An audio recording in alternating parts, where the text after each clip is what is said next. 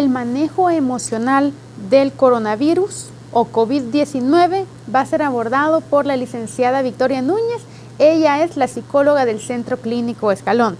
Bienvenida, licenciada Núñez. Gracias, doctora. Es un gusto estar nuevamente acá abordando este tema tan importante. Así es, todos estamos hablando de eso, pues nos compete a la población mundial.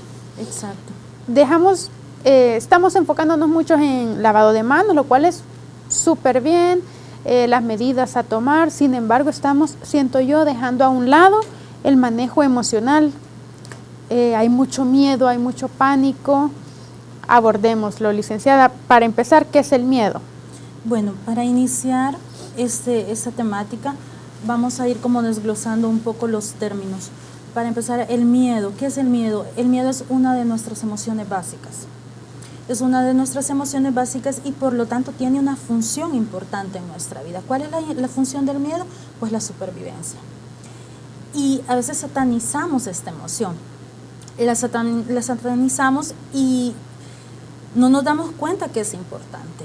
A pesar de la sensación desagradable que nos pueda causar, realmente cumple una labor importante en nuestras vidas. Sin ella, simplemente no podríamos sobrevivir. Así es. Claro, es importante abordar poco a poco los términos, ¿verdad? Para ir conociendo. Con la aparición, licenciada Núñez, del coronavirus, como habíamos mencionado, el miedo va creciendo y creciendo y esto no respeta edades.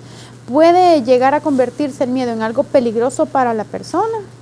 Bueno, si tomamos en cuenta, doctora, que el miedo es la emoción más difícil de controlar, partamos de ahí. El miedo es la emoción más difícil de controlar y en este contexto que se está dando, pues esta emoción va aumentando cada vez más. ¿Por qué? Porque nos encontramos ante algo totalmente desconocido. Incertidumbre. La incertidumbre. Entonces sí se puede convertir en algo peligroso porque del miedo natural que todos sentimos podemos pasar al miedo excesivo. Luego del miedo excesivo pasamos al pánico y luego se puede generar un estado de pánico. Ahí es el peligro de la falta de control de esta emoción. Claro que sí, como estamos viendo en la imagen, creo que a todos nos causa un poquito de pavor. Ahora, las imágenes que contengan una mascarilla, licenciada. Y es lo que se está transmitiendo en redes sociales, escuchamos por la radio, vemos las noticias en la televisión, todo es alrededor del COVID-19. ¿Qué podemos esperar con las emociones de la población o las reacciones que vayan a presentar? Bueno, a medida que esta pandemia se vaya extendiendo, vaya evolucionando, ya tenemos pues un caso confirmado. Y a medida que eso vaya evolucionando, doctora, vayan apareciendo más casos, esperemos que no hayan muertes que lamentar, pues definitivamente el estado emocional de las personas se va a ver afectado, va a incidir en el estado emocional. Y ese estado emocional, a su vez, ese desequilibrio va a generar a su vez conductas o respuestas conductuales contraproducentes, que al final nos pueden llevar a generar o a la aparición de otras patologías. Eso es lo que podemos esperar. Eso es lo que quisiéramos evitar, ¿verdad? Exacto. Estas patologías que menciona, licenciada, ¿son a nivel psicológico o pueden llegar a transformarse o somatizar la persona en algo físico? Bueno, se dan a nivel físico y a nivel psicológico. ¿Por qué a nivel físico? Pues porque a nivel físico llega un momento en que el mismo cuerpo, de tanto estrés, de tanta ansiedad, empieza a enviar señales de alerta. Empezamos a somatizar. Sí. Cuando hablamos de la sintomatología física, hablamos de taquicardia, de cefaleas, de presión arterial alta, hablamos de problemas de colon, sudoración. Y cuando ya hablamos de la parte emocional, estamos hablando de la aparición de trastornos del sueño. Muchas personas dicen, yo no puedo dormir pensando en esto.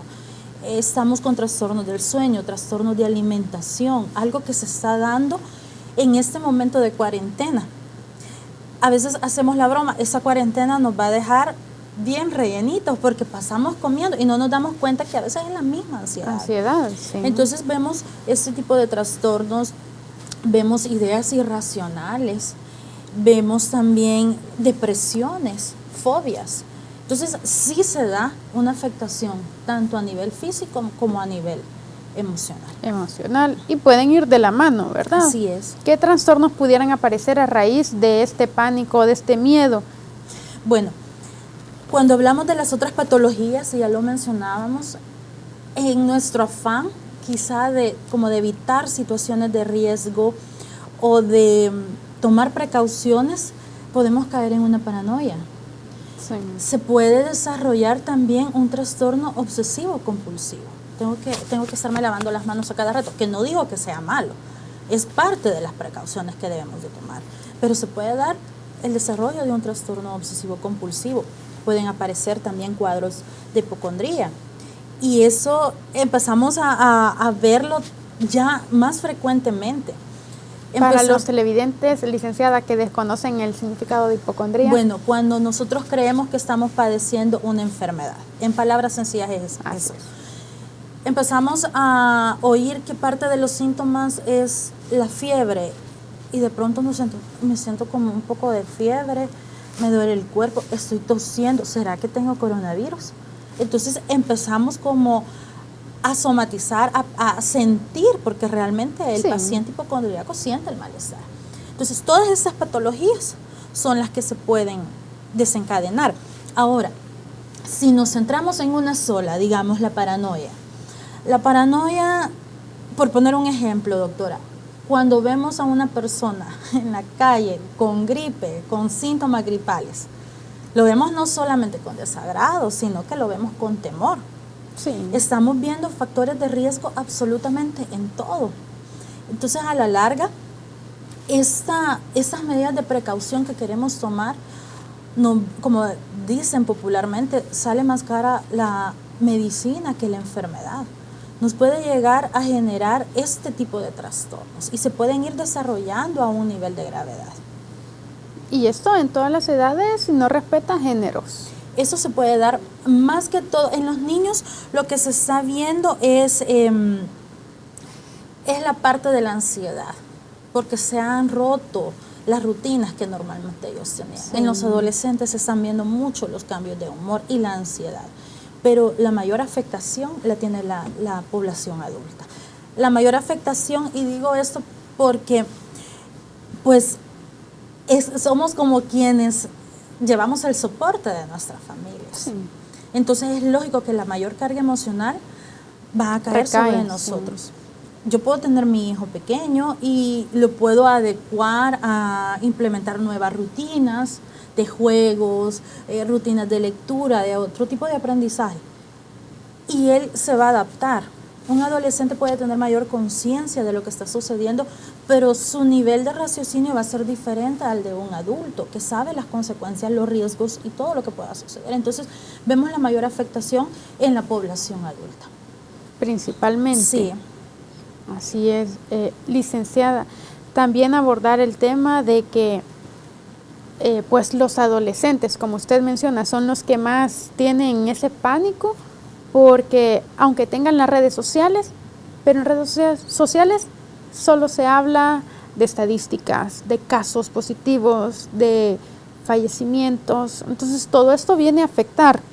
He visto que en redes sociales han tratado de ir cambiando poco a poco esto y dicen, empiezan a hacer los retos, empiezan a subir fotos para los que están en cuarentena, que no se sientan tan mal. Esto ayuda. Claro que ayuda porque nos desconectamos un poco. Son parte de las recomendaciones que damos, sí. Pero claro que ayuda a desconectarse un poco de todo esta, no sé si sea correcto llamarla contaminación informativa. Estaba escuchando hace poco a un psicólogo que él mencionaba que esto se ha convertido en una pandemia no solo por el virus en sí, sino de la información. Sí. Realmente es la información y la desinformación lo que está causando mayores alteraciones emocionales. Entonces sí es muy bueno que los jóvenes se enfoquen en otras actividades. Como padres tenemos que cuidar la salud mental de ellos. Así es. Licenciada Núñez, vamos a ir a un corte y al regresar vamos a continuar con el tema.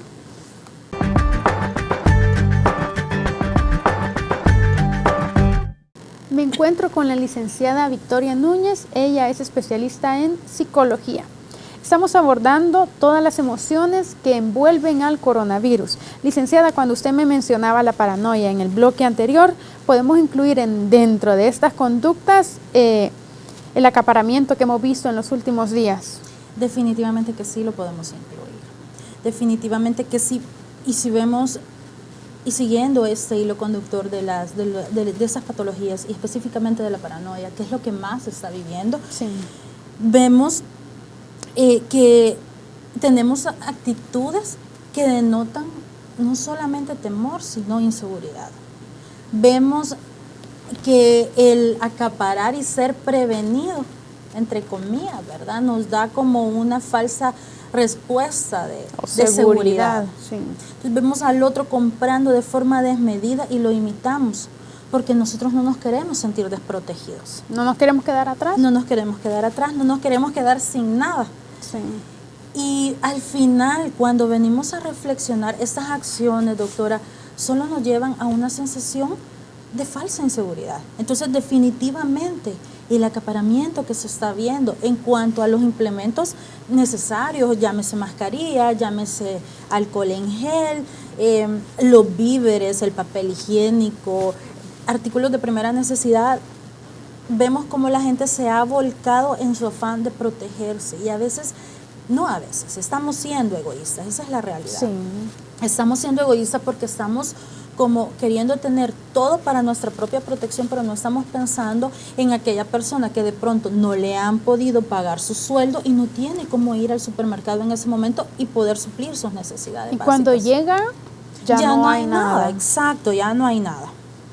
Licenciada Núñez, hablando ya de las recomendaciones, ¿cómo tendría que o sería correcto que la población actuara ante pues este caos o estos casos de pandemia? Bueno, en un primer momento lo que nosotros hacemos es auxiliarnos de los primeros auxilios psicológicos, así se llaman, primeros auxilios psicológicos, que es la primera respuesta que se le da a las personas que están en situación de emergencia, que están en situación de crisis. ¿Qué es lo que hacemos? Pues identificar sus emociones, identificar sus necesidades emocionales. Esa es la parte que a nosotros nos corresponde. Ahora, cuando nos vamos más allá y ahondamos un poco sobre las recomendaciones para paliar un poco la ansiedad que este virus está generando, y ya siendo un poco más concreto y yéndonos a la parte de la población, pues lo primero es mantenernos informados. Mantenernos informados de la forma adecuada. Porque ¿qué sucede? Nos empezamos a saturar de información. Es una sobreinformación. Buscamos los canales que no son adecuados para informarnos. Sí. Solo el día de ayer a mí me mandaron como 4 audios con diferentes versiones del caso que se dio, el primer caso acá en el país. Y eso lo único que genera es desinformación y causa más pánico. Causa más pánico, eleva los niveles de estrés y ansiedad. Entonces tenemos que ser muy cuidadosos y no convertirnos en basureros emocionales de nadie. Tenemos a nuestros familiares, digámosle, no me estén mandando audios, no me estén mandando videos falsos, porque esto no nos va a ayudar a nuestra salud mental. Entonces, tratemos de buscar como la información correcta. Es importante que nos mantengamos informados, porque el que conoce pierde el miedo. Tenemos miedo a lo desconocido, pero si lo conocemos, perdemos el miedo. Bueno, aparte de eso, otra de las recomendaciones es mantener una actitud positiva. Una actitud positiva, y todos estos son como factores de protección que se dan específicamente para situaciones de cuarentena y de aislamiento social. Tenemos que tener una actitud positiva en cuanto a pensar no en el hecho de que estamos encerrados, sino en el hecho que con ese distanciamiento yo estoy ayudando no solo a frenar la pandemia, no solamente a no saturar el sistema de salud, no solamente a no sobrecargar al personal médico, sino también a salvar vidas. Entonces, ese tipo si vemos, es un cambio a nivel cognitivo que realmente nos ayuda, nos genera como satisfacción. Otra de las recomendaciones, doctora, y eso es muy importante, es el hecho de mantener en la medida que sea posible las rutinas. estamos viendo casos de niños, de niñas con ansiedad, con problemas para dormir, con terrores nocturnos. ¿Por qué? Porque nosotros como padres, como adultos, transmitimos esas sensaciones, esas emociones a nuestros niños. Ellos nos ven y perciben. Con los adolescentes igual, esta situación de encierro está generando, pues, altos niveles de estrés. De estrés, y aquello que muchos padres están trabajando desde su casa y pues ya estamos acostumbrados a una rutina, y aunque se oiga feo, los jóvenes a veces no quieren tener a los padres ahí. Y los padres, al ver ciertas actitudes, empiezan a discutir, a cuestionar. Entonces es muy importante mantener las rutinas, respetar los espacios personales, validar las emociones de los jóvenes, validar las emociones de los niños, no cuestionar, no decirle ¿por qué te portas así? ¿Por qué estás tan agresivo? Es preguntar qué siente, cómo te puedo ayudar, sentarse. También buscar como espacios de recreación dentro del mismo entorno de familia. Juegos de mesa, películas de comedia. Ahorita usted tiene que mantenerse sano a nivel emocional. Eso es ser cuidadoso en lo que usted ve, en lo que usted escucha. Entonces es como buscar películas de comedia, buscar juegos de mesa y compartir juegos de adivinar. Voy a escribir en un papel una fruta, voy a hacer ademanes, ustedes me tienen que adivinar. Entonces, como que cuidar ese espacio, ese entorno de familia. Esas serían las principales recomendaciones, doctora, para esta etapa en la que estamos, que es la etapa de la cuarentena y del distanciamiento social, que poco a poco hemos visto como la población ha ido respondiendo y acatando las medidas. Así es. Licenciada, hablamos mucho de cómo cuidarnos emocionalmente en casa, o las personas que se encuentran en cuarentena y resguardados, pero hablemos un poquito del personal de salud, que ¿cómo cuidamos a los que nos están cuidando? Realmente esto, todos decimos las frases de son nuestros héroes, y realmente son héroes, heroínas. Pero pongámonos a pensar la carga no solo laboral, sino emocional que va a conllevar el abordaje de esta pandemia. Así es. Entonces tenemos que pensar en la salud mental del personal y emocional del personal médico que está atendiendo en primera línea. Doctora, es un collage de emociones las que se viven como profesionales de la salud. Pensar que en cualquier momento a usted le van a hacer el llamado y tiene que acudir a atender, porque desde el momento en que usted se forma como profesional en una carrera loable, una carrera que conlleve el cuidado y la atención de otras personas, pues está presto a atender ese tipo de situaciones. Es un collage de emociones, las emociones que vemos en el personal de salud es impotencia, sensación de impotencia, de frustración, temor. El hecho que sea un profesional de la salud no exime que vaya a sentir temor, es un ser humano, aparte de cualquier profesión, es un ser humano. Y posteriormente a esto, bueno, la depresión, la ansiedad, el estrés lo podemos unir, pero posterior a eso nosotros tenemos que ser muy cuidadosos con esta salud mental de ellos, porque ellos van a continuar atendiendo otros casos, pero igual tenemos que ser muy cuidadosos y brindar como los espacios de catarsis, de higiene mental en donde puedan hacer como liberar la tensión, la ansiedad que han vivido en el transcurso del día. Porque si no se hace, doctora, vamos a tener profesionales de la salud con un estrés postraumático. Eso es lo que va a generar a largo plazo, a mediano largo plazo. Entonces, sí tenemos que ser como muy cuidadosos. Nosotros, los profesionales de la salud mental, cuando hemos abordado una situación de crisis, un desastre, una situación de terremoto, de tormenta, en fin, y nos ha tocado acudir a los albergues, por decir algo, pues uno sale cargado. Y entre nosotros tratamos como de hacer actividades que nos permitan como sacar esa ansiedad, disminuir los niveles de estrés. Practicamos mucho la risoterapia, es algo que también los médicos, las enfermeras, todo el personal de salud, desde la persona que está pendiente de la higiene de los hospitales, es importante que practiquen estas medidas de higiene mental porque si no vamos a tener patologías más serias y tenemos que preocuparnos por las personas que están al cuidado de los enfermos. Así es, licenciada Núñez, ha sido un tema muy enriquecedor, la verdad. Tomar en cuenta también no solo la población que se ha quedado en casita o está en cuarentena, sino también el personal de salud es muy importante, ya que en esta batalla estamos todos juntos. Así es. Ha sido un gusto, licenciada Núñez, que haya estado con nosotros, conmigo, en este programa. Esperamos tenerla de nuevo. ¿Dónde pueden encontrarla los televidentes? Bueno, en el Centro Clínico Escalón, llamando al 2261-3001, ahí con gusto los atendemos. Llamen, hagan su cita y pues ahí los atendemos. Con mucho gusto. Con muchísimo gusto. Así es. Bueno, amigo televidente, ya escuchó a la licenciada Victoria Núñez. Si desea pasar consulta con ella, puede llamar a nuestras oficinas. Asimismo, le dejo el número de WhatsApp, es el 7501-9489. También puede seguirnos en redes sociales como Centro Clínico Escalón, tanto en Facebook, Instagram y Twitter. Ahí también puede realizar su cita. Ha sido todo por el programa de hoy. Nos vemos en el siguiente.